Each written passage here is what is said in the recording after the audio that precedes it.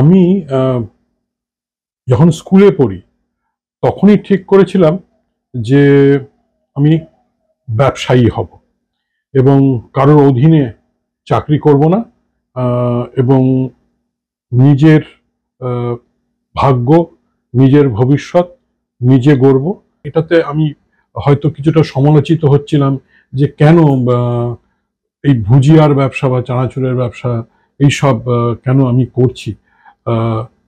আমি সমালোচিত হয়েছিলাম, কিন্তু আমি জানতাম যে আমাকে নিজের পায়ে দাঁড়াতে হবে, নিজেকে কিছু করতে হবে, এবং সেই জন্য আমার মধ্যে একটা বিশাল খিদে ছিল।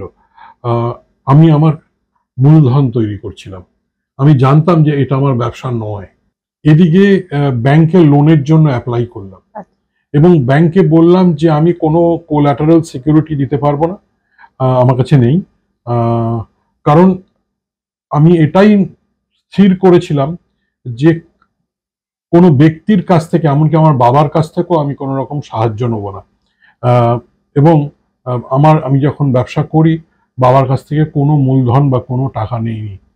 আমি আমার যে ক্যাপিটাল আমি তৈরি করেছিলাম সেটাকে মার্জিন মানি করে আমি ব্যাংক লোন অ্যাপ্লাই করলাম। 4 মাস প্রচণ্ড পরিশ্রম করতে হলো, তারপরে আমি ব্যাংক লোনটা পেলাম এবং সেই ব্যাংক লোন দিয়ে আমি আমার প্রথম অফসেট প্রিন্টিং মেশিন এখানে ইনস্টল করলাম এবং সেটা আমার প্রপার ব্যবসায়িক যাত্রা শুরু। আর জীবনে সফল হওয়াটা প্রচণ্ডভাবে জরুরি, কারণ সফলতাটাই জীবনের শেষ কথা। আর যে সফল সেই সমাজে মাথা উঁচু করে বাঁচতে পারে, বন্ধু বান্ধব আত্মীয় স্বজন সবাই তার পাশে থাকে, নিজের প্রতি গর্ব অনুভব করা যায়, আর পুরো সমাজও বাহবা দিতে থাকে যদি একজন সফল হয়। জীবনে সফল হওয়া তার সার্থকতা দেয়। সুতরাং সফল হওয়াটা জীবনে খুব জরুরি।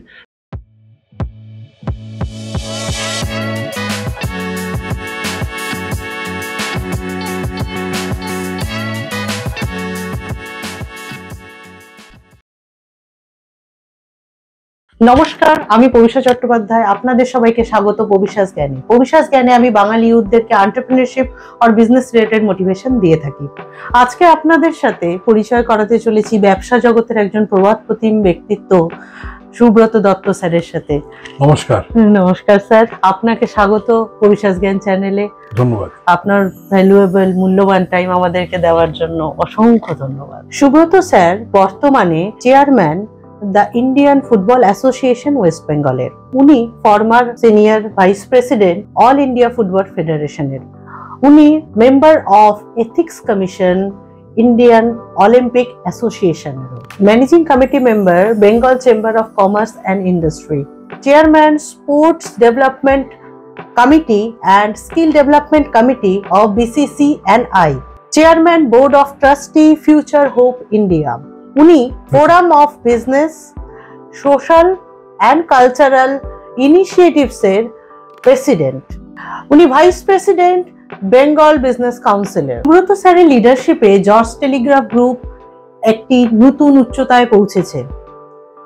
শুধু the George Telegraph training institute ছাড়াও ওনার তত্ত্বাবধানে 20টিরও বেশি কলেজেস অ্যান্ড ইনস্টিটিউট আজ বর্তমান আছে এবং সেখানে 25,000-এরও বেশি স্টুডেন্ট পড়াশোনা করছে এবং ওনাদের 100-টিরও বেশি শাখা আছে অল ওভার ইন্ডিয়াতে।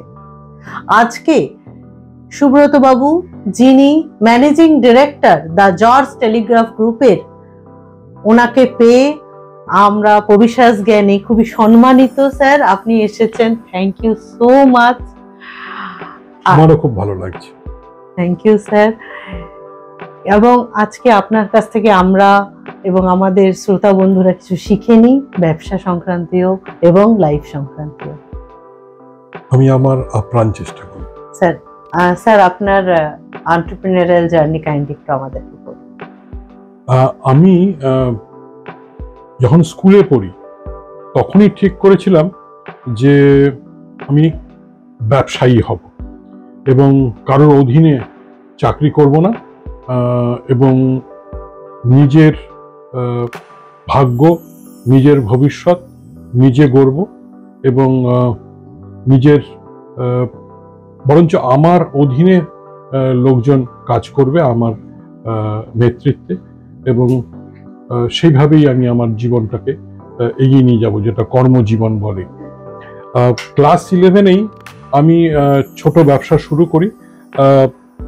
তখনকার দিনে সোনি ক্যাসেট, অডিও ক্যাসেট, সেটা একজনের কাছে প্রচুর পরিমাণে সে পেত, এবং আমি সেই ক্যাসেট সেটাকে মানে উনি আমাকে দিতেন এবং আমি সেটা বিক্রি করতাম বিভিন্ন বন্ধু বান্ধবদের কাছে। তাতে কিছুটা রোজগার হতো, কিন্তু সেটা ছিল নিছকই মানে ওটাকে ব্যবসা বলবো না, আমি একটা শখ বলা যায়, ব্যবসায়িক শখ। এবং তারপরে আমি শুরু করেছিলাম একটা ট্রান্সপোর্ট বিজনেস।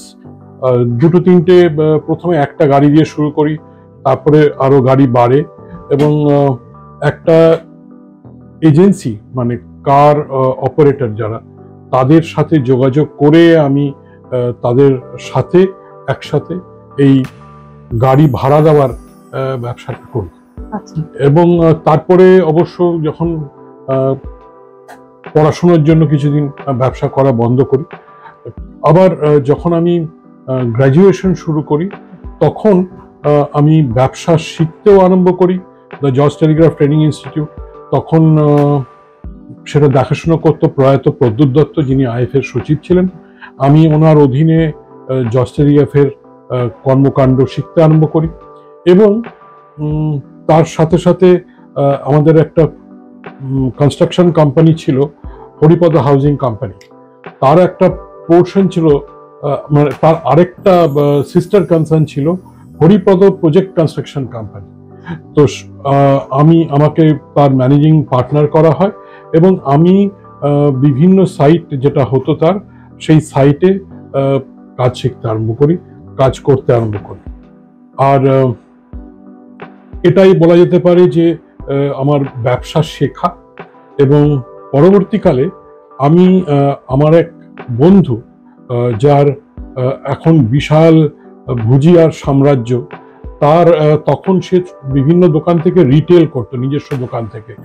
আমি কি করি, আমি তাকে বোঝাই যে আমাকে ডিস্ট্রিবিউটর দেওয়া হোক, এবং সে আমাকে খুব ভরসা করত, এবং আমাকে বলল আচ্ছা ঠিক আছে। আমি তার কাছ থেকে পুরো জিনিস নিয়ে, মালটা নিয়ে, আমি বিভিন্ন দোকানে দোকানে দুজন ছেলে রাখলাম। একটা ততদিনে কিছু নিজস্ব টাকা হয়ে গেছিল, সেই দিয়ে একটা ডেলিভারি ভ্যান কিনেছিলাম, এবং সেই দিয়ে অর্ডারও তুলতাম বিভিন্ন দোকান থেকে, এবং সেখানে ডেলিভারি করতাম। তারপরে একটা দোকান ছিল আমাদের, যেটা অব্যবহৃত পড়েছিল, আনইউজড পড়েছিল। আমি বাবাকে বললাম যে আমি ওখান থেকে এই যে বিভিন্ন যে ভুজিয়া আছে, সে বিভিন্ন ধরনের যে সব চানাচুর আছে, ভুজিয়া আছে, সব এগুলো আমি ওখান থেকে লোক রেখে, ম্যানেজার রেখে, লোক রেখে আমি ওখান থেকে বিক্রি করব। এবং আমি, বাবা না করেনি, আমি বাবাকে বলেছিলাম যে আমি আমার পড়াশোনা ঠিক রকম চালাবো এবং সাথে সাথে ব্যবসাটাও করব। তো আমার মনে আছে গ্র্যাজুয়েশনে যখন first year to second year, আমি ইভিনিং কলেজ ভবানীপুর এডুকেশনে পড়েছিলাম, কারণ ওই সেন্ট জেভিয়ার্সে চান্স পেয়ে আমার ভর্তি হয়নি, কারণ ভোর 6টায় আমার পক্ষে যাওয়া সম্ভব ছিল না। তখন আমি 11-12 করেছি সায়েন্স নিয়ে। আমি ডন বস্কোর ছাত্র, ডন বস্কো পার্ক সার্কাসে পুরো স্কুলিং করেছি, এবং পরবর্তীকালে আমি বিকম অনার্স করেছি ভবানীপুর এডুকেশন থেকে। সেখানে যখন ফার্স্ট ইয়ার থেকে সেকেন্ড ইয়ারে আমার মনে আছে যে আমি বিকমে ফার্স্ট হয়েছিলাম। তো আমি কিন্তু পড়াশোনাও করতাম, ব্যবসাও করতাম। এবং এটা ছিল, আমি জানতাম আমার মনে মনে, এটাতে আমি হয়তো কিছুটা সমালোচিত হচ্ছিলাম যে কেন এই ভুজিয়ার ব্যবসা বা চানাচুরের ব্যবসা এইসব কেন আমি করছি। আমি সমালোচিত হয়েছিলাম, কিন্তু আমি জানতাম যে আমাকে নিজের পায়ে দাঁড়াতে হবে, নিজেকে কিছু করতে হবে, এবং সেই জন্য আমার মধ্যে একটা বিশাল খিদে ছিল। আমি আমার মূলধন তৈরি করছিলাম। আমি জানতাম যে এটা আমার ব্যবসা নয়। আমি মূলধন তৈরি করে আমি বিভিন্ন জায়গায় খোঁজ করতে আরম্ভ করলাম কি ইন্ডাস্ট্রি করা যায়। হঠাৎ একদিন একটা বন্ধুদের আড্ডার আসরে আমার বন্ধুর দাদা সেখানে উপস্থিত ছিল। সে বলল যে আমি অফসেট প্রিন্টিং মেশিন ইম্পোর্ট করি, এবং এখানকারও একটা ভালো অফসেট প্রিন্টিং মেশিন আমি বিক্রি করি, এখানকার আমি ডিস্ট্রিবিউটর। তো আমাকে আমার কাছ থেকে মেশিন নিয়ে অফসেট প্রিন্টিং প্রেসের ব্যবসা করা যেতে পারে, কারণ তখন অফসেট প্রিন্টিং এর প্রচন্ড চাহিদা এবং তাতে ভালো হবে। তো আমি তখন প্রয়াত চণ্ডী গাঙ্গুলির সাথে যোগাযোগ করলাম, কারণ আমি জানতাম যে ওনার অফসেট প্রিন্টিং প্রেস আছে, এনকে গোসেন অ্যান্ড কোম্পানি, এবং ওনাকে জিজ্ঞেস করলাম কিরম ব্যবসা, আমি ব্যবসাটা শিখতে পারবো কিনা। তো আমি ওনার ওখানেও ব্যবসা শিখতে আরম্ভ করলাম, আর এদিকে ব্যাংকে লোনের জন্য অ্যাপ্লাই করলাম, এবং ব্যাংকে বললাম যে আমি কোনো কোল্যাটারাল সিকিউরিটি দিতে পারবো না, আমার কাছে নেই, কারণ আমি এটাই স্থির করেছিলাম যে কোনো ব্যক্তির কাছ থেকে, এমনকি আমার বাবার কাছ থেকেও আমি কোনো রকম সাহায্য নেব না, এবং আমি যখন ব্যবসা করি বাবার কাছ থেকে কোনো মূলধন বা কোনো টাকা নেইনি। আমি আমার যে ক্যাপিটাল আমি তৈরি করেছিলাম সেটাকে মার্জিন মানি করে আমি ব্যাংক লোন অ্যাপ্লাই করলাম। 4 মাস প্রচন্ড পরিশ্রম করতে হলো, তারপরে আমি ব্যাংক লোনটা পেলাম, এবং সেই ব্যাংক লোন দিয়ে আমি আমার প্রথম অফসেট প্রিন্টিং মেশিন এখানে ইনস্টল করলাম, এবং সেটা আমার প্রপার ব্যবসায়িক যাত্রা শুরু। এবং আমি প্রথম বছর, আমার মনে আছে, প্রথম বছরে আমি আমার মেশিন তো বটেই, অন্যান্য জায়গা থেকে অর্ডার এনে আমি অন্যান্য যে প্রেস আছে, প্রতিষ্ঠিত প্রেস, এমনকি এনকে গোসেন থেকেও আমি সেই অর্ডারগুলোকে প্রিন্টিং করাতাম এবং করে ডেলিভারি করতাম। প্রথম বছর আমি কথা বলছি 1987 সালের কথা। 87? হ্যাঁ, আমি ব্যবসা শুরু করি, যেটা বললাম ভুজিয়ার ব্যবসাটা শুরু করি, সেটা করেছিলাম 82 সালে, এবং 5 বছর ধরে সেই ব্যবসাটা করে, এবং তারপরে তার সাথে সাথে আমি একটা সুপার স্ন্যাক্স নাম দিয়ে একটা স্ন্যাক্সের রেস্টুরেন্টও করেছিলাম, এবং সেটা সবই ছিল আমার মূলধন তৈরির প্রয়াস। এবং তারপরে আমি এই অফসেট প্রিন্টিং ব্যবসায় নিজেকে নিয়োজিত করি, এবং একটা মেশিন থেকে, two cut a long story short, আমি একটা মেশিন থেকে আস্তে আস্তে অনেকগুলো মেশিন করি, এবং একটা জায়গায় গেছিলাম, একটা প্রেসে গেছিলাম আরেকটা মেশিন কেনার জন্য, একটা বিদেশি মেশিন। তো তখন ওরা আমাকে বলে ওদের সাথে যুক্ত হতে। তো ওদের সাথে যুক্ত হয়ে পার্টনারশিপে আমরা একটা প্রাইভেট লিমিটেড কোম্পানি করি, ওই কোম্পানির ডাইরেক্টর হয়ে আমরা আরো মেশিন আনি। পরবর্তীকালে অনেকগুলো মেশিন ছিল, এবং সেই অফসেট প্রিন্টিং প্রেস ব্যবসা করি। এবং অফসেট প্রিন্টিং এর সাথে সাথে আমি তার ব্যাকওয়ার্ড ইন্টিগ্রেশন করি। আমার প্রেসের নাম ছিল কোলোরা অফসেট, এবং প্যাকওয়েল অফসেট ইন্ডিয়া প্রাইভেট লিমিটেড, এবং ওটা হচ্ছে আরেকটা প্রেস যেটা পরে আমার যে প্রেসে গেছিলাম পরবর্তীকালে আমার খুবই বন্ধু হয়ে ওঠে, এখনো আমার বন্ধু। তো তাদের সাথে করি, এবং ব্যাকওয়ার্ড ইন্টিগ্রেশনের জন্য একটা ক্রিয়েটিভ ডিজাইন স্টুডিও করি, কোলোরা ক্রিয়েটিভ। সেটারও খুব নাম হয়েছিল, সেটাও খুব একটা ডিজিটাল ডিজাইন স্টুডিও আমি করেছিলাম। তারপরে একটা এক্সপোর্টের ব্যবসা করি আমি আর আমার বন্ধু মিলে, আমার পার্টনার মিলে, কোলোরা এক্সপোর্ট বলে আমরা ব্যবসা করি। এবং এইভাবে আমি প্রিন্টিং প্রেস নিয়ে ব্যবসা করছিলাম, তার সাথে কোলোরা ক্রিয়েটিভ, কোলোরা এক্সপোর্ট। 1994 সালে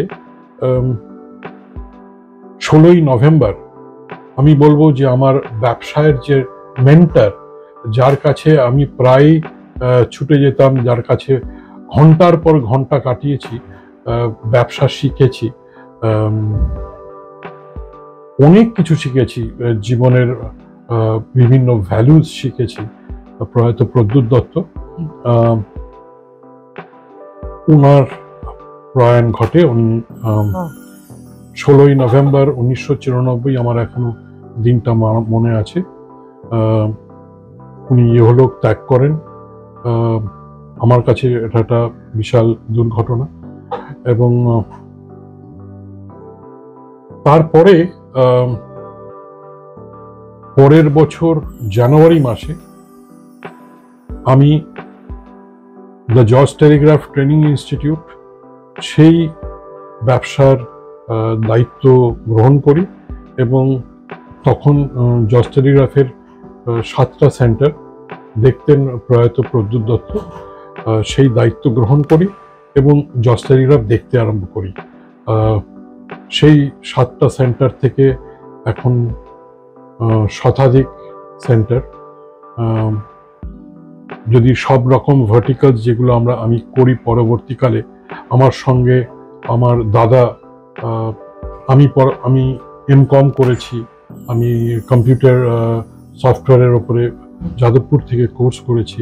আমার দাদা যাদবপুর থেকে ইলেকট্রিক্যাল ইঞ্জিনিয়ার, যাদবপুর ইউনিভার্সিটি থেকে। তো আমার সঙ্গে ছিল আমার ভাই, আমার দাদার নাম শ্রী গোড়া দত্ত, আমার ভাই অতীন দত্ত, ও যাদবপুর ইউনিভার্সিটি থেকে MBA করেছে, আমার সঙ্গে ছিল। এবং ওরা আমাকে প্রচন্ড সাপোর্ট করেছে, সাহায্য করেছে, এবং আমরা জর্জ টেলিগ্রাফটা দেখতে আরম্ভ করি। এবং জর্জ টেলিগ্রাফে যদিও আমরা তার আগে জয়েন করেছিলাম, কিন্তু সেটা ছিল শুধুই সই, কিন্তু ব্যবসা দেখা সেটা 1995 সাল থেকে আমি করতে আরম্ভ করি। এবং তখন কিন্তু ব্যবসাটা আমি যে ওই 80-র দশকে শিখেছিলাম কয়েক বছর, সেই অভিজ্ঞতা আমার কাজে লেগেছে। এবং কাকার কাছ থেকে যে ব্যবসা করা শিখেছিলাম সেটাও আমার কাজে লেগেছে। আর আমি যা হতে পেরেছি, যে যতটুকু মানুষের মতো মানুষ হতে পেরেছি, তার জন্য পুরো অবদান আমি বলবো আমার মা এবং আমার বাবা, প্রয়াত বিশ্বনাথ দত্ত, প্রয়াত তুহিনা দত্ত। ওনারাই আমাকে মানুষ করে তুলেছে। জীবনের সব ভ্যালুজ ওনাদের কাছ থেকেই শিখেছি। কি করে প্রতি মুহূর্তে একজন ভদ্রলোক থাকা যায়, সেটা ওনারাই আমাকে শিখিয়েছেন। কিভাবে জীবন যাপন করতে হয়, কি করে জীবনটাকে, জীবনের থেকে নির্মল আনন্দ পেতে হয়, সেটাই ওনারা শিখিয়েছেন। তো সেই থেকে আবার জর্জ টেলিগ্রাফ নিয়ে আমি শুরু করি।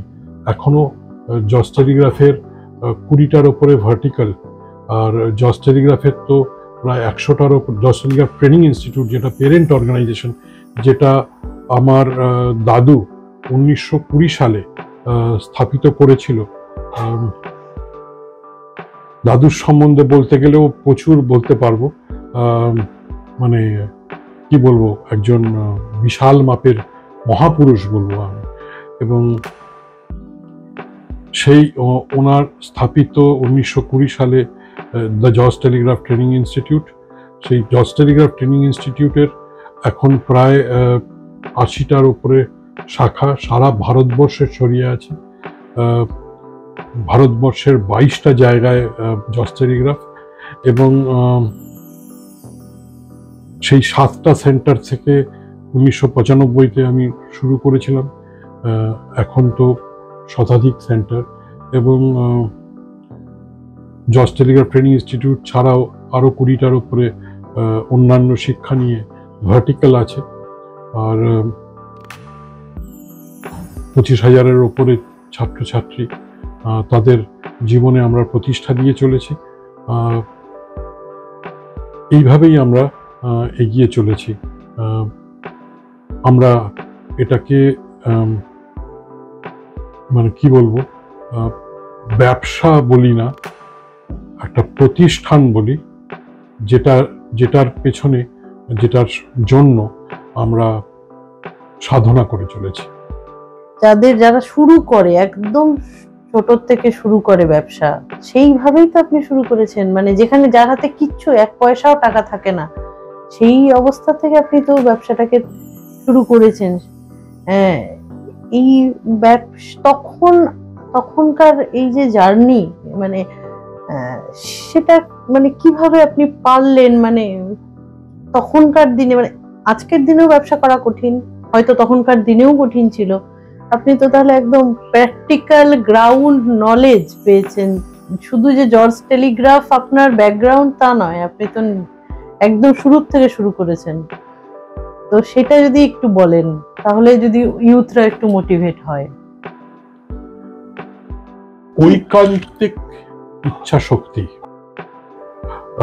এবং কঠোর পরিশ্রম, এই দুটো যদি করা যায় তাহলে 100-র মধ্যে 5 নম্বর পাওয়া যায়।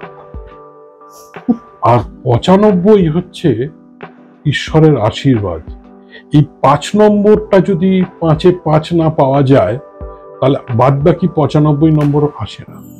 ওই বাদ বাকি 95 নম্বর ঈশ্বর বিভিন্ন সুযোগের মাধ্যমে দেয়, এবং সেই সুযোগগুলোকে যদি সদ্ব্যবহার করা যায়, সেগুলোকে যদি বাস্তবে ঠিক রকম ভাবে রূপান্তরিত করা যায়, বাস্তবায়িত করা যায়, তবেই সফলতা আসে। আর জীবনে সফল হওয়াটা প্রচণ্ডভাবে জরুরি, কারণ সফলতাটাই জীবনের শেষ কথা। আর যে সফল, সেই সমাজে মাথা উঁচু করে বাঁচতে পারে, বন্ধু বান্ধব আত্মীয় স্বজন সবাই তার পাশে থাকে, নিজের প্রতি গর্ব অনুভব করা যায়, আর পুরো সমাজও বাহবা দিতে থাকে যদি একজন সফল হয়।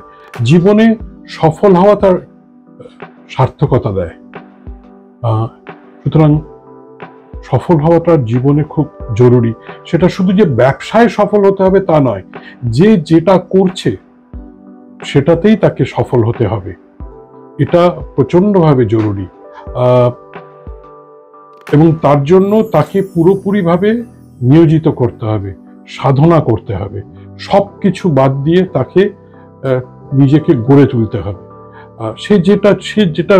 সে খেলোয়াড় হিসেবে হোক, সেটা গায়ক হিসেবে হোক, আইনজ্ঞ হিসেবে হোক, ডাক্তার হিসেবে হোক, যে কোনো প্রফেশন, কিন্তু সফল হওয়াটা জীবনে হতেই হবে।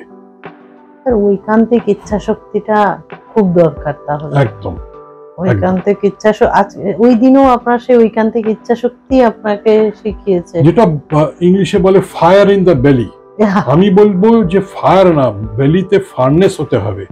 মানে ইচ্ছা শক্তিটা এমন হতে হবে যে আমাকে সফল হতেই হবে।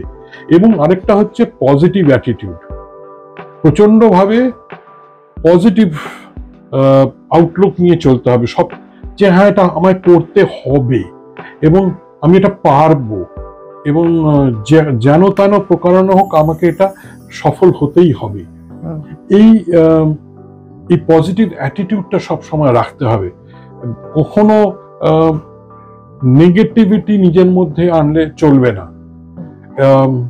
শুভ জিনিস ভাবতে হবে, শুভ চিন্তা করতে হবে, এবং সব সময় এটাই ভাবতে হবে যে আমি পারবো, আমার দ্বারা সম্ভব। এবং যদি কখনো দুঃখ হয়, কষ্ট হয়, বা হয়তো লোকের সমালোচনায় মনে হয় যে আমার হৃদয়টা দুমড়ে মুচড়ে গেল, নিজেকে নিজে তৈরি করতে হবে, নিজেকে নিজে সারাই করতে হবে, এবং বলতে হবে যে আমি যেদিন সফল হব সেদিন কিন্তু আমি এই সমালোচনার উত্তর দিতে পারবো।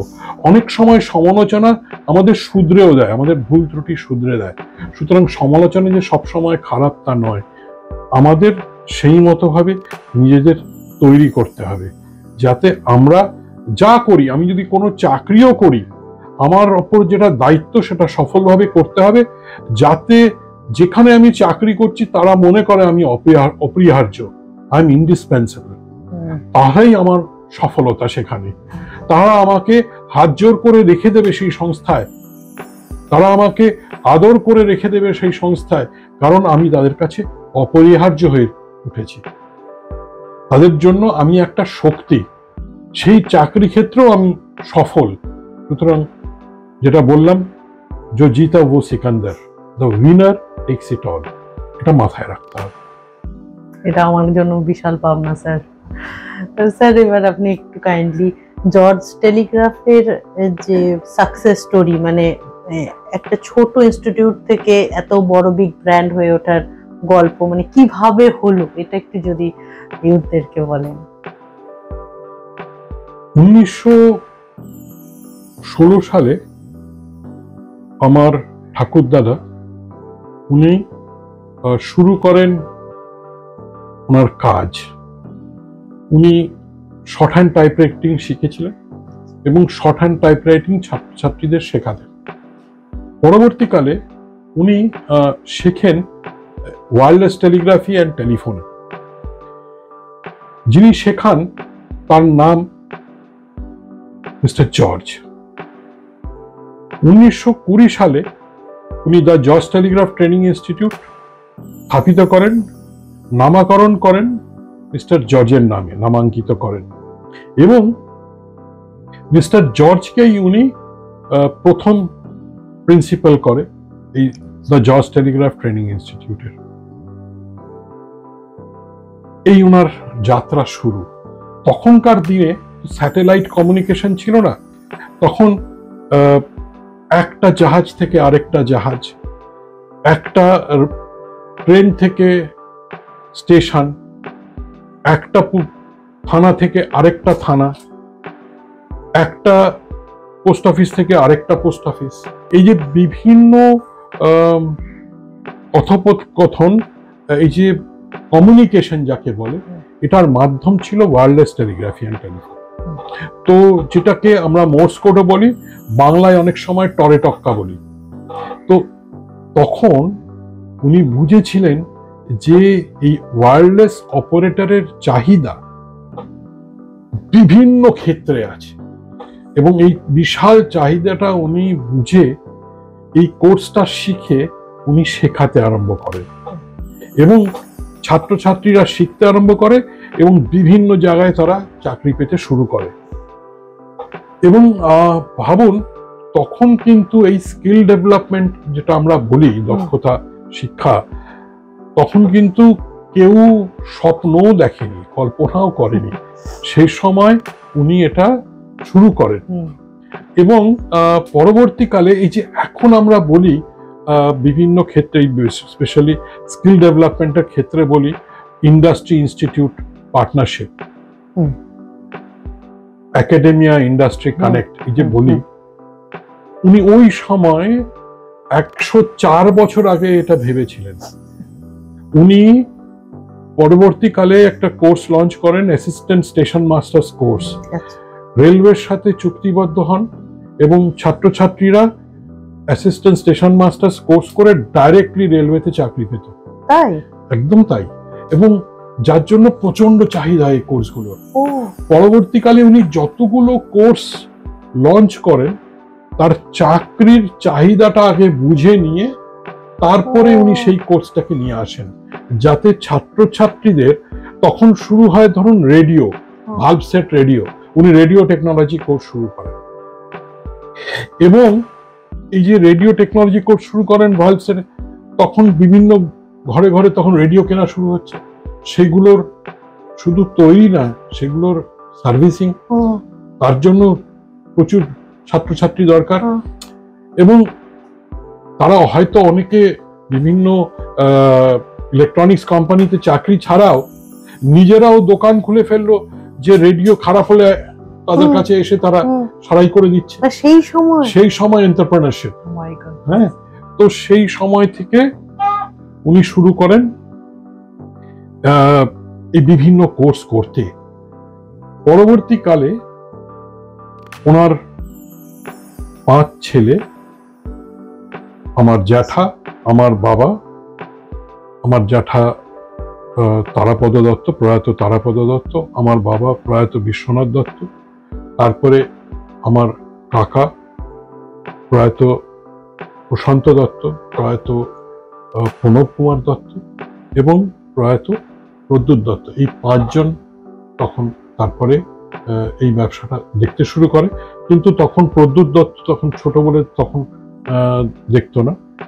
প্রথমে আমার জ্যাঠা এবং আমার বাবা দেখতে শুরু করে, পরবর্তীকালে অন্যান্য কাকারা দেখতে শুরু করে। ওনারাও একের পর এক, যেরকম civil draftsmanship, mechanical engineering, electrical technician, এরকম এক একটা কোর্স ওনারা যোগ করতে থাকেন।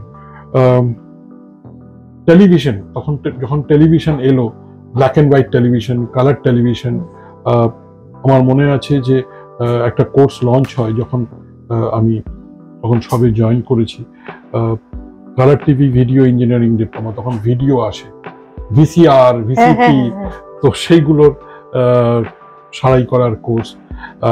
তারপরে automobile engineering, air condition refrigeration engineering, এরকম নানাবিধ কোর্স একের পর এক আসতে শুরু করে, যেগুলোর মার্কেটে চাহিদা আছে।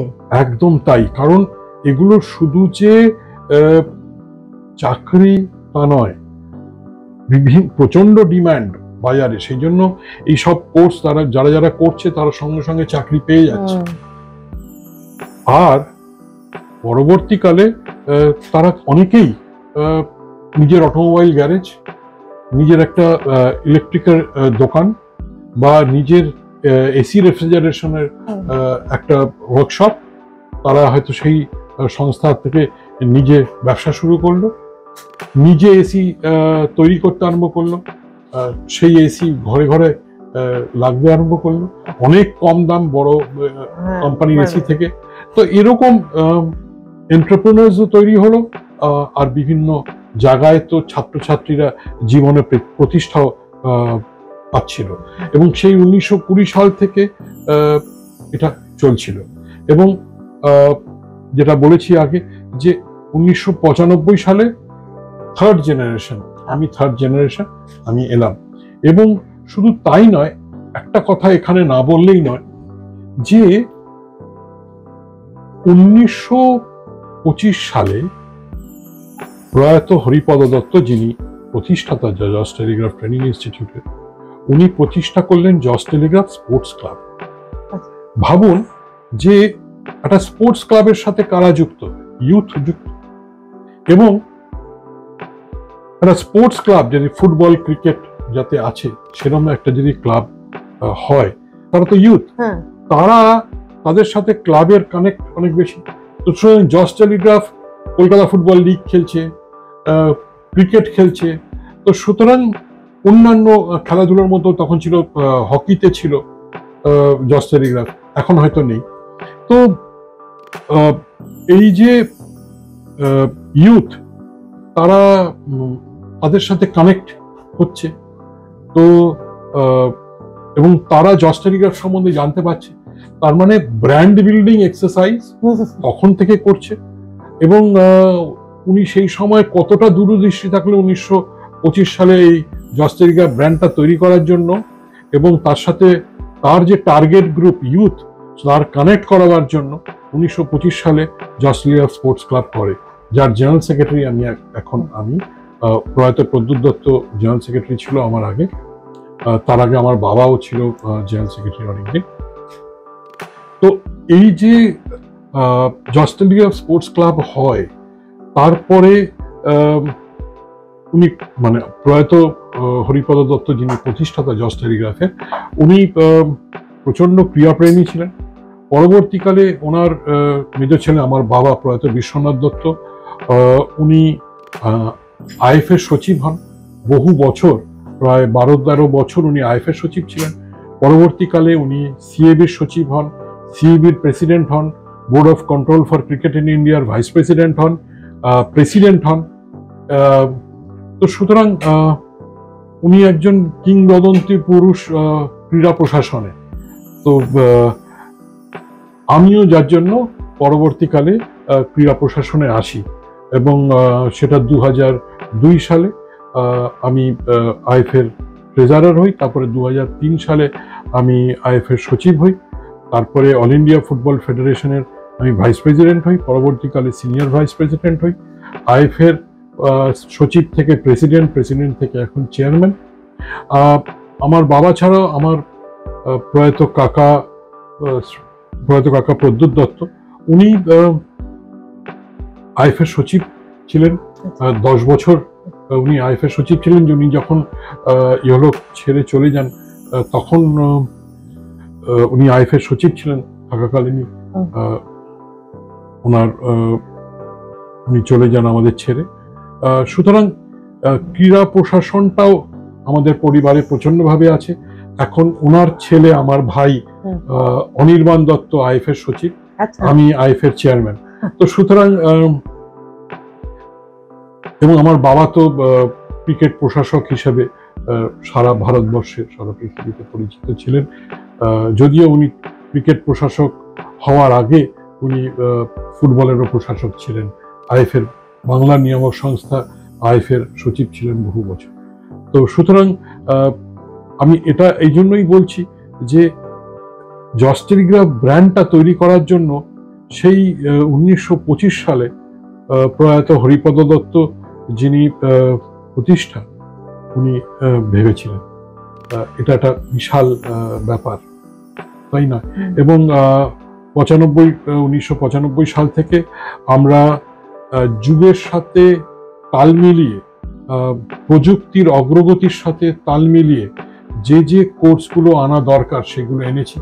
এবং আমরা দেখেছি যে শিল্পের প্রয়োজন কি, শিল্প কি কি স্কিল ম্যান পাওয়ার চাইছে, প্রশিক্ষিত ম্যান পাওয়ার কি কি চাইছে, কিরম চাইছে, কতটা চাইছে, সেই অনুযায়ী কোর্স বিভিন্ন ক্ষেত্রে আমরা নিয়ে এসেছি।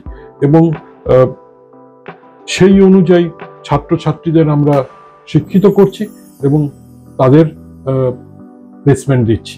এবং সেটাও একটা অর্গানাইজ সেটআপের মধ্যে, অর্গানাইজ সিস্টেমের মধ্যে আমরা প্রফেশনালি পুরো ব্যাপারটা করছি।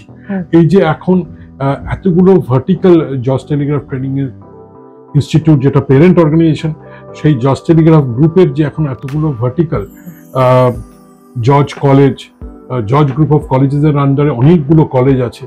জজ কলেজ আছে, জজ college of management and science আছে, জজের ল কলেজ আছে, বিএড কলেজ আছে, এছাড়া অন্যান্য ডিগ্রি কলেজ আছে। আর এছাড়া কলেজ ছাড়াও জজ টেলিগ্রাফ ইনস্টিটিউট অফ অ্যাকাউন্টস আছে, জজ ইনস্টিটিউট অফ ইন্টেরিয়র ডিজাইন আছে, জজ অ্যানিমেট্রিক্স স্কুল অফ অ্যানিমেশন আছে, জজ Telegraph film and television institute আছে। তো এরকম মানে বলতে থাকলে তো প্রত্যেকটাই বলতে হয়। জজ স্কুল অফ কম্পিটিটিভ এক্সামস আছে। তো আমি আরো জজ কিডস স্কুল আছে, 20+ আমি গুনেছি। হ্যাঁ, তো সুতরাং সব রকম এতগুলো আছে। এবং তো সুতরাং এইভাবেই আমরা এগিয়ে চলেছি। বর্তমান প্রজন্ম এবং পরের প্রজন্ম, আমার ভাইপোরাও তারা এসে গেছে, তারাও আমাদের সাথে হাতে হাত মিলিয়ে কাজ করছে। এবং আমরা জজ টেলিগ্রাফ পরিবার কয়েক হাজার তার সদস্য। কারণ আমি মনে করি যে আমাদের সাথে যারা কাজ করে তারা প্রত্যেকেই আমাদের পরিবারের সদস্য। এই জজ টেলিগ্রাফ পরিবার আমরা এগিয়ে চলেছি এবং পুরো যুব সমাজকে জীবনে প্রতিষ্ঠা দেবার ব্রত নিয়েই আমরা এগিয়ে চলেছি। স্যার, আপনি তো 2000 সাল থেকে জর্জ টেলিগ্রাফ ট্রেনিং ইনস্টিটিউটটাকে ডাইভার্সিফাই করলেন, এবং এটা এটা এতগুলো ভার্টিক্যাল, মানে আমি গুনে গুনে প্রায় 18 প্লাস 20 এটা ভার্টিক্যাল তৈরি করলেন। এইটা কিভাবে করলেন? মানে এটা আমাদেরকে একটু বলুন, যারা ফ্যামিলি বিজনেসে আছে তাদের গ্রো করার জন্য। কথাটা হচ্ছে যে আমি যেটা বুঝেছিলাম যে আমার একার দ্বারা সবকিছু করা, সবকিছু দেখাটা সম্ভব নয়, এবং যত ভালো ডেলিগেশন হবে দায়িত্বের, এবং ঠিক ঠিক জায়গায় ঠিক ঠিক লোক যত আমি আনতে পারবো, তত আমি এগোতে পারবো, তত আমি নিজেকে বিস্তার করতে পারবো।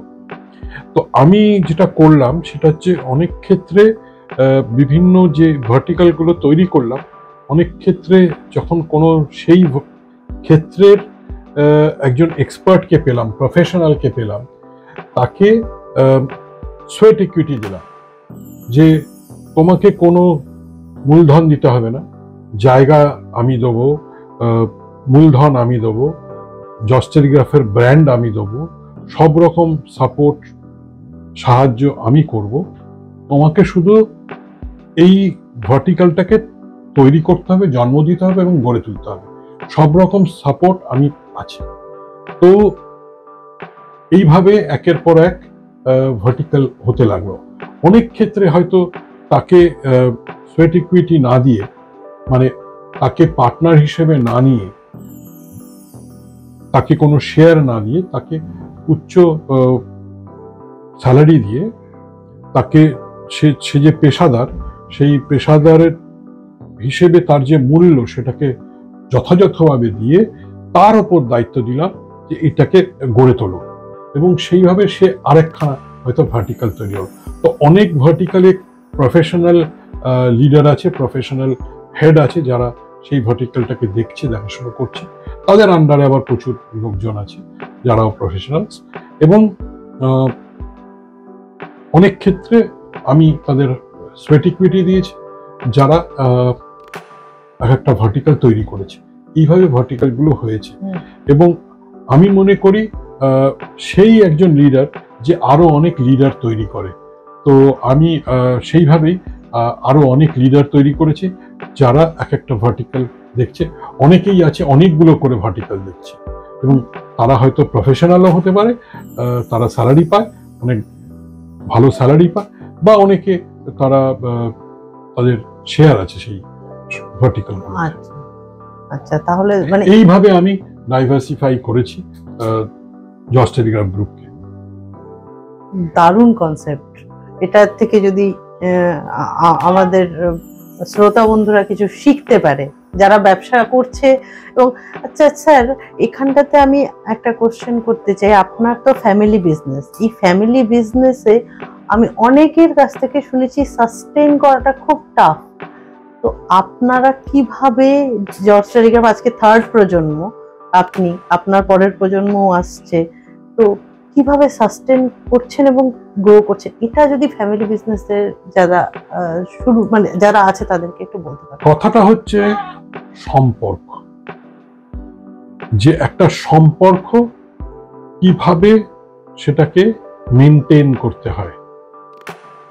আজকে আমরা জর্জ টেলিগ্রাফ গ্রুপ দেখাশোনা করি 5 ভাই 1 বোন, এবং এই আমরা আমাদের মধ্যে যবে থেকে আমরা শুরু করেছি, আস্তে আস্তে আমার বোন, আমার ভাই, 1 বোন এবং খুড়তুতো বোন এবং অন্যান্য খুড়তুতো ভাই, আমরা সবাই কিন্তু খুড়তুতো জ্যাঠতুতো ভাই।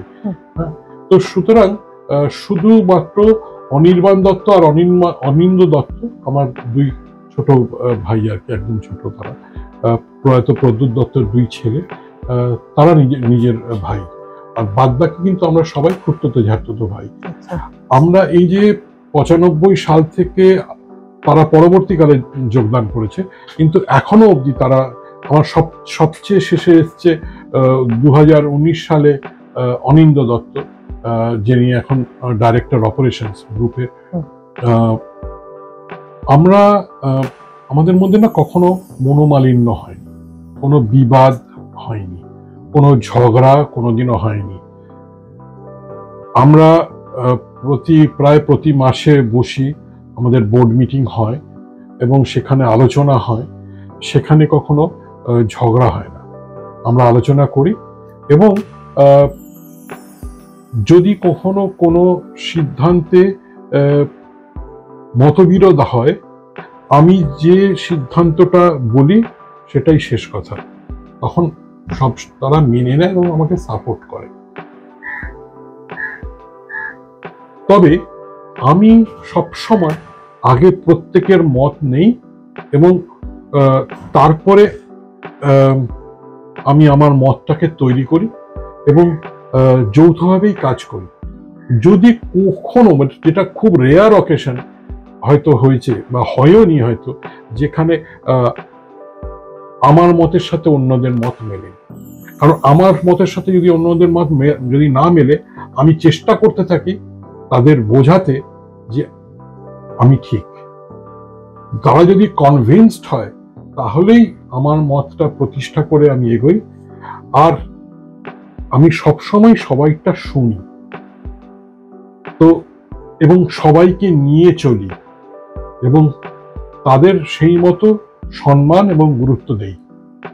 বিকজ আমি মনে করি relationship is where you come first.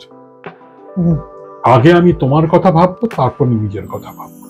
তো সুতরাং সেও যদি একইভাবে আগে আমার কথা ভাবে এবং পরে নিজের কথা ভাবে, সেই সম্পর্ক কখনো এদিক ওদিক হয় না, অটুট থেকে যায়, মজবুত থেকে যায়।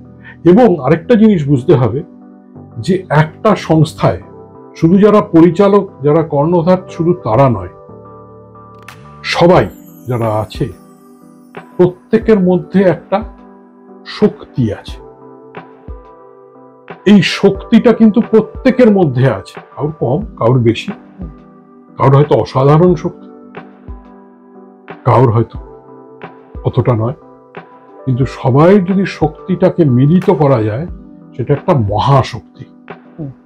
সেই মহাশক্তিটাই হচ্ছে সংস্থার শক্তি, বিশাল শক্তি। এইটাকে যদি একত্রিত রাখা যায়, এই শক্তিটাকে, সেই সংস্থা সবসময় মজবুত থাকে এবং সেই সংস্থা সবসময় শক্তিশালী থাকে। তো এই সবাইকে নিয়ে চলতে এবং প্রত্যেকের শক্তিকে মূল্য দিতে হয়, প্রত্যেকের শক্তিকে গুরুত্ব দিতে হয় এবং একত্রিত রাখতে হয়। আজকে প্রত্যেককে বোঝাতে হয় যে তারা যেন এমন ভাবে কাজ করে যাতে তারা সেই সংস্থার জন্য অপরিহার্য হয়ে ওঠে, ইন্ডিসপেন্সিবল হয়ে ওঠে, এবং তাদের মধ্যে সেই মতো সম্পর্ক তৈরি করতে হয় প্রত্যেকের সাথে প্রত্যেকের। সেই সম্পর্কে নিজেদের মধ্যে কোঅপারেশন এবং কোঅর্ডিনেশন আনতে হয়, তাহলেই কিন্তু সংস্থাটা খুব ভালোভাবে এগোতে থাকে। কারণ সেই কোঅপারেশনও আছে নিজেদের মধ্যে এবং সেই কোঅর্ডিনেশনটাও আছে। সেই জন্য যেগুলো যা যা প্ল্যানিং, যা যা পরিকল্পনা, সেইগুলো সেই পেশাদারিত্ব মনোভাব নিয়ে বাস্তবায়িত হয় এবং তাহলেই সেই সংস্থা একটা পেশাদার সংস্থা হিসেবে এগোয়। তো সেই এইভাবেই কিন্তু আমি পুরো জস টেলিগ্রাফ পরিবারের একটা শক্তিশালী পরিবার হিসেবে আমরা এগিয়ে নিয়ে যাচ্ছি। এটা দারুণ কনসেপ্ট। এটা যদি সবাই শিখতে পারে এটা বড় কথা। কারণ কি, আমি অনেকের মুখে শুনেছি যে বাবা ছেলে এদের জেনারেশন গ্যাপের সমস্যা। মানে বেশিরভাগ ফ্যামিলি বিজনেসে এরকম হয় যে ছেলেরা হয়তো তাদের বাবারা তাদের কথা শুনছে না এবং বাবাদের কথা ছেলেরা সেভাবে মেনে নিতে পারছে না। প্রত্যেকের না কিছু কিছু অবদান করার ক্ষমতা থাকে, তো যে যেটা দিতে পারে, কন্ট্রিবিউট করতে পারে সংস্থায়, তাকে সেইভাবে সেই জায়গায় নিয়ে যেতে হয় যাতে সে ঠিকভাবে তার নিজেকে উজাড় করে দিতে পারে এবং সেই অবদানটা রাখতে পারে সেই সংস্থায়। সবাই যে সবকিছু পারবে তা তো নয়, কিন্তু প্রত্যেকেরই কিছু কিছু ক্ষমতা থাকে, বিশেষ ক্ষমতা থাকে, এবং দেবার ক্ষমতা থাকে, সেইটুকু গ্রহণ করতে হয় এবং সেটা সেইভাবে নিতে হয় এবং তার মধ্যে সামঞ্জস্য রেখে, ব্যালেন্স রেখে, তার মধ্যে সেই সেই মতো ব্যাপারটাকে সাজাতে হয়, যাতে কোনো বিভেদ না আসে, যাতে কোনো মানে ডিফারেন্সেস তৈরি না হয়, যাতে ইউনাইটেড, যেটা একটা কথা আছে, ইউনাইটেড উই স্ট্যান্ড, ইউনিটিটা যাতে সব সময় বজায় থাকে। এটা বিশাল বড় চ্যালেঞ্জও। নিশ্চয়ই। তো এটা এটা হচ্ছে it's a part of leadership. এই প্রত্যেককে নিয়ে চলাটা এবং প্রত্যেকের গুণগুলোকে নিয়ে আসা এবং সংস্থার জন্য সেই প্রত্যেকের গুণগুলোকে কাজে লাগানো, সেটাকেই বলে লিডারশিপের একটা অঙ্গ সেটা। হ্যাঁ, মানে আপনার কাছ থেকে যে আমি কত কিছু শিখছি, তোমরাও শিখছো, আমরা শিখছি প্রত্যেক মুহূর্তে। আচ্ছা স্যার, স্বর্গীয় হরিপদ দত্তবাবু যে শুরু করেছিলেন ওয়্যারলেস টেলিগ্রাফি শিখে ব্যবসা 1920 সালে, আজকের দিনে ইউথ এরকম কি ব্যবসা শুরু করতে পারে কোনো স্কিল শিখে বা একাধিক স্কিল শিখে, একটা বা একাধিক? নিশ্চয়ই পারে। আমার তো মনে হয় ইউথ যত ব্যবসা শিখবে, যত ব্যবসা করবে, যদিও সবাই দ্বারা যে ব্যবসা হয় তা নয়, কিন্তু সবাই যে ব্যবসামুখী হয় বা ব্যবসা তাদের স্বপ্নের মধ্যে থাকে যে ব্যবসায়ী হবো তা নয়, প্রফেশনালও তো হয়, প্রফেশনালদের তো দরকার, নাহলে ব্যবসা কি করে হবে? তো সুতরাং যারা ব্যবসায়ী হতে চায় তাদের সেই ব্যবসায়ী হওয়ার ঐকান্তিক ইচ্ছা থাকা উচিত এবং কঠোর পরিশ্রমের কোনো সাবস্টিটিউট নেই, কঠোর পরিশ্রম করতেই হবে। এবং তাহলেই বললাম যে লাক ফ্যাক্টর আসে, নাহলে লাখ আসে না। তাহলেই ঈশ্বরের আশীর্বাদ আসে, সুযোগ আসে, সেই সব সুযোগগুলোকে সদ্ব্যবহার করতে হয়। তো সুতরাং এই দুটো কোয়ালিটি দরকার এবং যে যেটা করবে নিজেকে নিয়োজিত করতে হয় পুরোপুরিভাবে, সাধনা করতে হয় পুরোপুরিভাবে এবং বুঝতে হবে যে কোত্থেকে আমি আমার মূলধন নিয়ে আসব, কিভাবে মূলধনটা আমি উপার্জনও করতে পারি, মূলধন জোগাড় করতে পারি, সেটা কিভাবে করব এবং শুধু মূলধন নয়, এবং কিভাবে আমি ঠিক ঠিক ব্যক্তিদের আমার সঙ্গে আনব যাতে আমার সংস্থা গড়ে উঠতে পারে এবং আমি আমার পুরো সংস্থাটাকে কিভাবে চালাবো, আমি ফাইন্যান্সটা কিভাবে চালাবো, অ্যাডমিনিস্ট্রেশন কিভাবে চালাবো, হ্যাঁ, তো এছাড়া যে বিভিন্ন মার্কেটিংটা কিভাবে করব, সেলসটা কিভাবে করব, এইভাবে পুরো ব্যাপারটা বুঝতে হয়। আমি আমার যে প্রোডাকশন, আমার যে উপাদান, সেটা আমি কিভাবে তৈরি করব, আমার প্রোডাকশনটা কিভাবে করব, কিভাবে আমি একটা জিনিস মাথায় রাখতে হবে যে কোয়ালিটি, আমার quality of product, quality of service, কিভাবে সেটাকে মেনটেন করব এবং উচ্চ পর্যায়ে রাখবো। আরেকটা জিনিস মাথায় রাখতে হবে, অনেস্টি, সততা। ঠকিয়ে ব্যবসা হয় না, ক্রেতাকেও ঠকাতে নেই, কাউকেও ঠকাতে নেই, যারা সঙ্গে থাকবে ব্যবসা করার তাদেরও ঠকাতে নেই। সবাইকে যথাযথ সম্মান করে, সবাইকে সঙ্গে নিয়ে সততার সঙ্গে ব্যবসাটা করতে হয় এবং ভালো ব্যবসা করতে পারলে কত লোকের কর্মসংস্থান হয়, সেটা তো একটা বিশাল সমাজ সেবা। সেটা বুঝতে হয় যে শুধু যে নিজে আমি স্বাধীনভাবে ব্যবসা করছি শুধু তাই নয়, আমি নিজের জন্য করছি তাই নয়, যারা যারা আমার সঙ্গে কাজ করছে, যারা যারা আমার সংস্থায় আছে,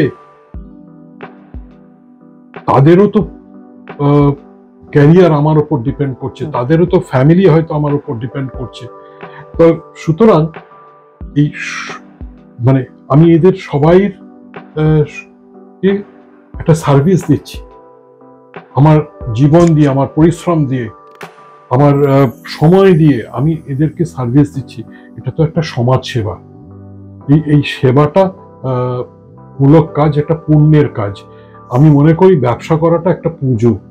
হ্যাঁ, তো যে পুজোটা খুব নিষ্ঠার সঙ্গে করতে হয়, সততার সঙ্গে করতে হয়, পবিত্রতার সঙ্গে করতে হয়, তাহলেই সেই পুজোটা সফল হয়। আচ্ছা স্যার, আমি অনেক ইউথদের সাথে কথা বলেছি, বা আমি নিজেও যখন শুরু করেছিলাম, অনেকের মধ্যেই ইচ্ছে আছে ব্যবসা করার, কিন্তু তাদের বিজনেস ব্যাকগ্রাউন্ড নেই। অনেকে চাকরির ব্যাকগ্রাউন্ড থেকে আসে, অনেকে মানে গ্রাম থেকে আসছে, বা তাদের কাছে সেই মেন্টরও নেই যে যাদের থেকে তারা শিখবে ব্যবসাটা। তো এরকম ইউথরা কি করে ব্যবসা করতে পারে, আপনি যদি কিছু বলেন। দেখুন, অনেকেই তো হাজার হাজার lakh lakh crore crore first generation businessman আছে, বিজনেস ওম্যান আছে, যারা সফল। যদিও আমরা এখন প্রচন্ড একটা শব্দ শুনতে পাই, স্টার্ট আপ। তো ব্যবসা শুরু করলেই সে স্টার্ট আপ নয়। যদি কোনো ইনোভেটিভ ব্যবসা শুরু করে, যেটা হয়তো অন্য আরো কেউ করেনি, তাকে অ্যাকচুয়ালি স্টার্ট আপ বলে, এবং সেটা একটা আলাদা কথা। কিন্তু যারা, আমি বলবো, ছোট ব্যবসায়ী, স্মল বিজনেস পারসন, তারা কিভাবে ব্যবসাটা করবে। একটা ইংরেজিতে কথা আছে, একটা প্রভাব আছে, necessity is the mother of invention. তো যে ব্যবসা করবে তার কাছে না প্রয়োজন যে কিভাবে ব্যবসাটা করব, সেই প্রয়োজনটা মেটাবার জন্য সে 10টা লোকের কাছে দৌড়বে। হ্যাঁ, তার পেটে যদি খিদে থাকে, সে খাবার জোগাড় করবেই, সে যে করেই হোক। এবং একটা ব্যবসা করতে প্রথম ক্ষেত্রে কি লাগে? স্পেস, অনেকে বলে ল্যান্ড, লেবার, হিউম্যান রিসোর্স আর ক্যাপিটাল। তো এই 3টে জিনিস, যেরকম রুটি কাপড়া মাকান, তেমনি ল্যান্ড, লেবার, ক্যাপিটাল, এটা তো লাগেই। এছাড়াও আর অনেক কিছু লাগে। সবকিছু যদি বলতে হয় তাহলে তো একটা ম্যানেজমেন্ট ক্লাস শুরু করতে হয় আমাকে, কিন্তু তা নয়। আমি অল্প কথায় যদি বলতে হয়, তাহলে সে যে ব্যবসাটাই করুক, তার যে যতটা জায়গা লাগবে, সেই জায়গাটা কিভাবে জোগাড় করা যায়, সেটা কি ভাড়ায় নেওয়া যাবে না কেনা যাবে? যদি কেনার অর্থ না থাকে, তাহলে কি কারোর সাথে, যার জায়গা আছে তার সাথে পার্টনারশিপে করা যাবে? তো সুতরাং সে জায়গার জন্য সে জায়গা খুঁজে ঠিক বার করবে কিভাবে জায়গাটা সে পেতে পারে, এবং কিভাবে মূলধন পেতে পারে। কোনো একটা ফাইন্যান্সিয়াল পার্টনার সে নেবে, না ব্যাংকের কাছে যাবে, না সে আত্মীয় স্বজনের কাছ থেকে নেবে, সে কিন্তু সেই মূলধন জোগাড় করবে।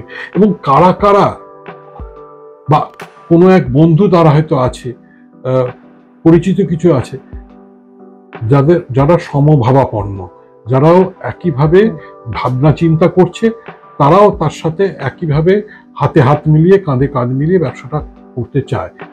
তারা একসাথে হবে এবং তারা সেইভাবে ব্যবসাটাকে গড়ে তুলবে, তিলে তিলে গড়ে তুলবে।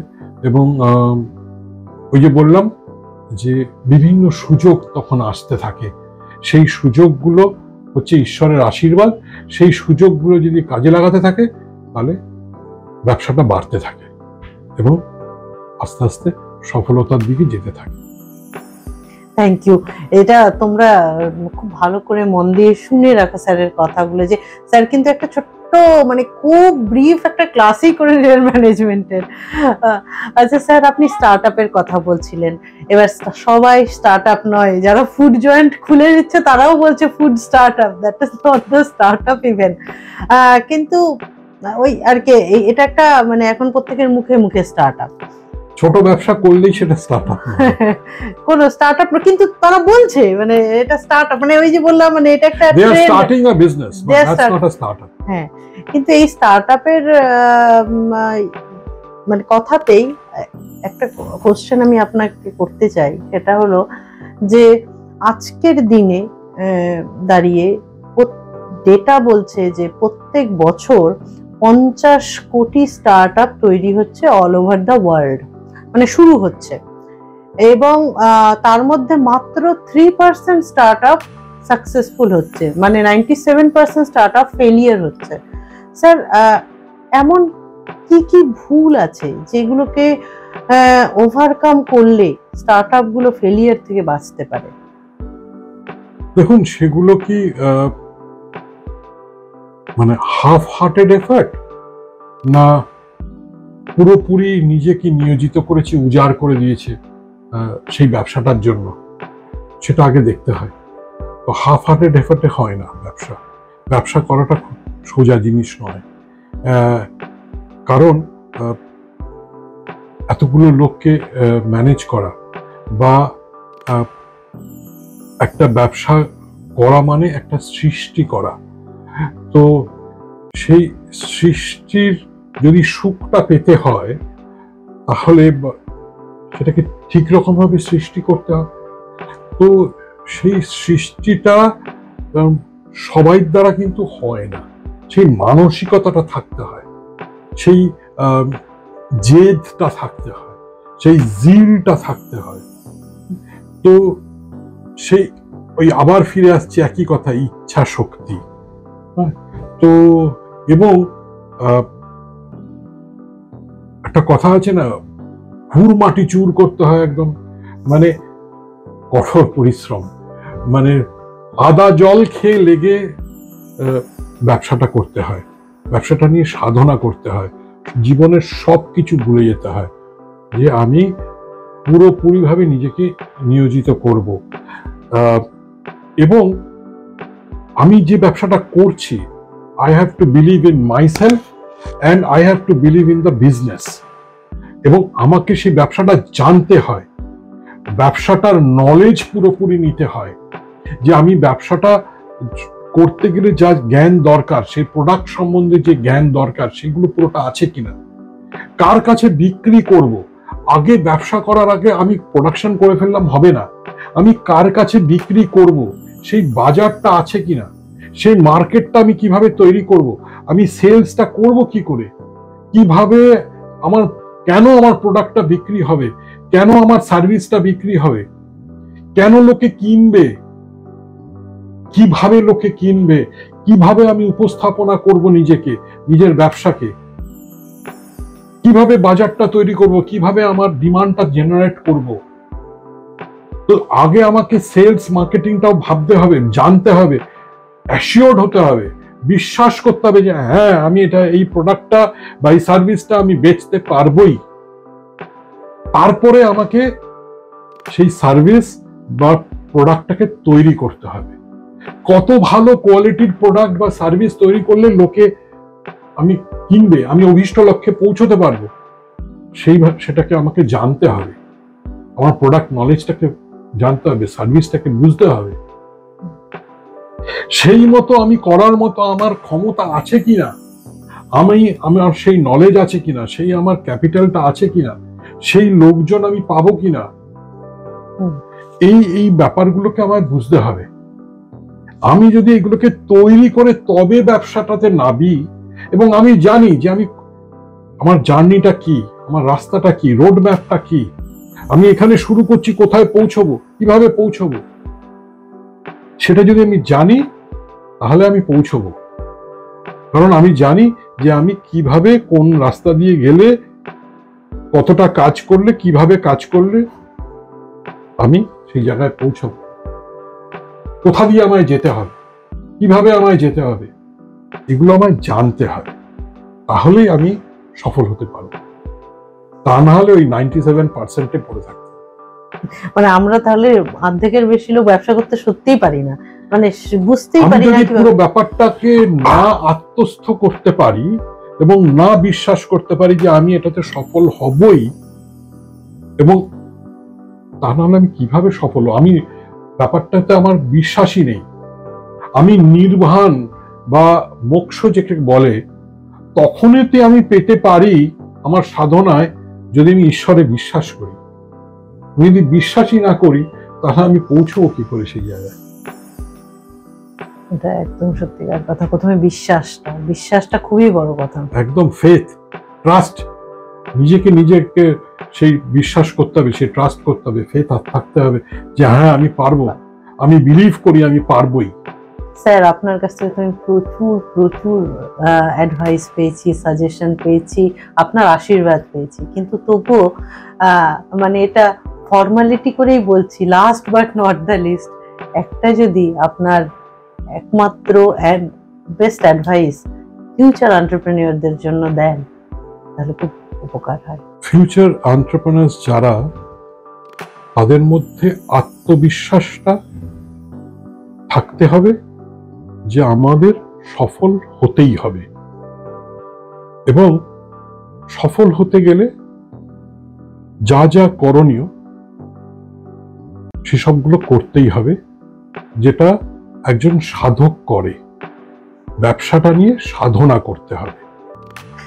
আমিও স্যারের কাছ থেকে প্রচুর কিছু আজকে শিখলাম, তোমরাও স্যারের কাছ থেকে প্রচুর কিছু শিখলে। স্যার, আপনাকে অসংখ্য প্রণাম আমাদেরকে সময় দেওয়ার জন্য, এত ভ্যালুয়েবল সময় দেওয়ার জন্য। নমস্কার, আপনারা সবাই ভালো থাকবেন, সুস্থ থাকবেন, আনন্দে থাকবেন। আনন্দই ঈশ্বর। আমরা সবাই আনন্দ, আপনি ভালো থাকবেন, সুস্থ থাকবেন স্যার। আর জর্জ টেলিগ্রাফ এরপরে আরো উচ্চতায় পৌঁছাক, সেটাই আমরা চাই। ধন্যবাদ। আচ্ছা, তাহলে আজকে এই প্রোগ্রামটা আমি এখানেই শেষ করব, কিন্তু তোমাদের জন্য যে আমার মেন কথা সেটা বলে যাই যে জাগো বাঙালি জাগো, নিজের জন্য জাগো, নিজের ভাষার জন্য জাগো, নিজের জাতির জন্য জাগো, নিজের দেশের জন্য জাগো, সর্বোপরি নিজের নেক্সট প্রজন্ম বা পরবর্তী জেনারেশনের জন্য জাগো। বাঙালি, ব্যবসা করো। এই বলে আজকের প্রোগ্রামটা আমি শেষ করব, এবং তোমরা আমার এই প্রোগ্রামটি, স্যারের এই ভ্যালুয়েবল কথাগুলো আমার ইউটিউব চ্যানেল পবিশ্বাস জ্ঞান এবং ফেসবুক পেজ পবিশ্বাস জ্ঞানে পেয়ে যাবে। অবশ্যই সাবস্ক্রাইব করবে এবং অবশ্যই ফলো করে দেবে। তাহলে আজকের মতো চলি, নমস্কার।